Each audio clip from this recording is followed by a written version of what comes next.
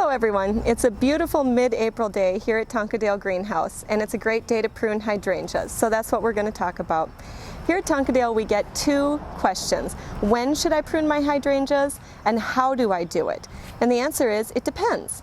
So in Minnesota we grow basically three types of hydrangeas. The first variety I'll talk about are smooth hydrangeas. These are the Annabelle types. They get really huge white mop head type flowers, and they have a tendency to lay down on the ground when it gets really rainy.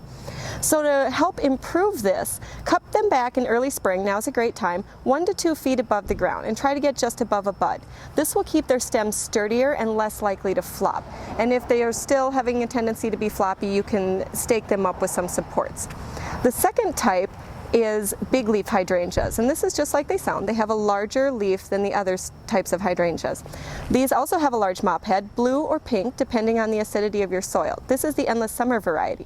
They bloom on both new and old wood, and they really never need to be trimmed. So if you do feel that you need to trim them because of dead or diseased wood, wait until they've completely flushed out. So now's not the time, wait a little longer.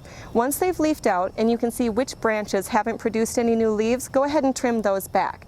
After a bloom, you can also trim just behind the flower heads, and they'll flush out with another bloom later in the season for you. And the third variety we'll talk about are Panicle hydrangeas. That's what this one is. This is a limelight. It includes a large variety of hydrangeas. Panicles come in little lime, quickfire, little quickfire, bobo, and there's many more. This is also the type that you'll see as a tree variety. Those are Panicle hydrangeas as well. Now is a great time to prune Panicle hydrangeas, and here's what you need to know.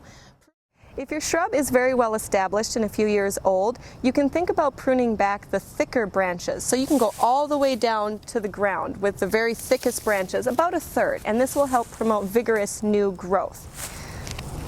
So again, think about pruning back about 30 to 50%, so you can go in on each of the stems and cut at a 45-degree angle just above a bud. When you're pruning back your Panicle hydrangeas, prune at a 45-degree angle just above a bud. So just cut at about a 45-degree angle, keep the bud at the bottom portion, and cut back about 30 to 50% of the branch, just like that. Again, it's a beautiful mid-April day here in Minnesota. It's a great time to get out and prune your hydrangeas, and now you know how.